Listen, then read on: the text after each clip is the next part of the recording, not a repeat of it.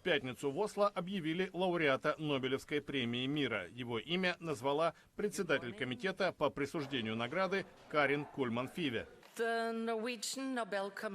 Норвежский Нобелевский комитет решил присудить Нобелевскую премию мира за 2016 год колумбийскому президенту Хуану Мануэлю Сантосу за его решительные усилия по прекращению 50-летней гражданской войны в его стране.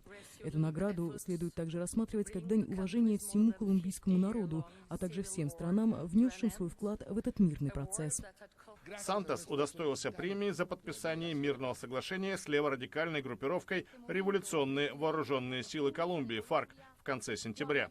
Большинство участников референдума, в котором приняли участие 37% избирателей, высказались против мирного соглашения с партизанами-марксистами. Они считают, что убийства, похищения и торговля наркотиками не подлежат прощению без наказания. Исключение имени лидера армии народа Тимолена Хименеса, он же Родриго Лондонья Тимошенко, из числа лауреатов было воспринято наблюдателями как демонстративный жест. На вопрос, не является ли вручение премии Сантосу неуважением к демократии и мнению участников референдума, Кульман-Фиве ответила отрицательно.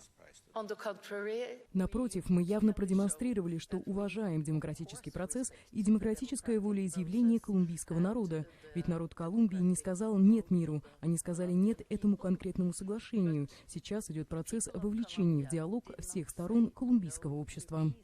Хуан Мануэль Сантос занял пост президента Колумбии в 2010 году. О начале мирных переговоров с ФАРК он объявил 2 года спустя. В 2014 он переизбран на второй срок. Сантос – второй после писателя Габриэля Гарсиа Маркеса представитель Колумбии, получивший Нобелевскую премию.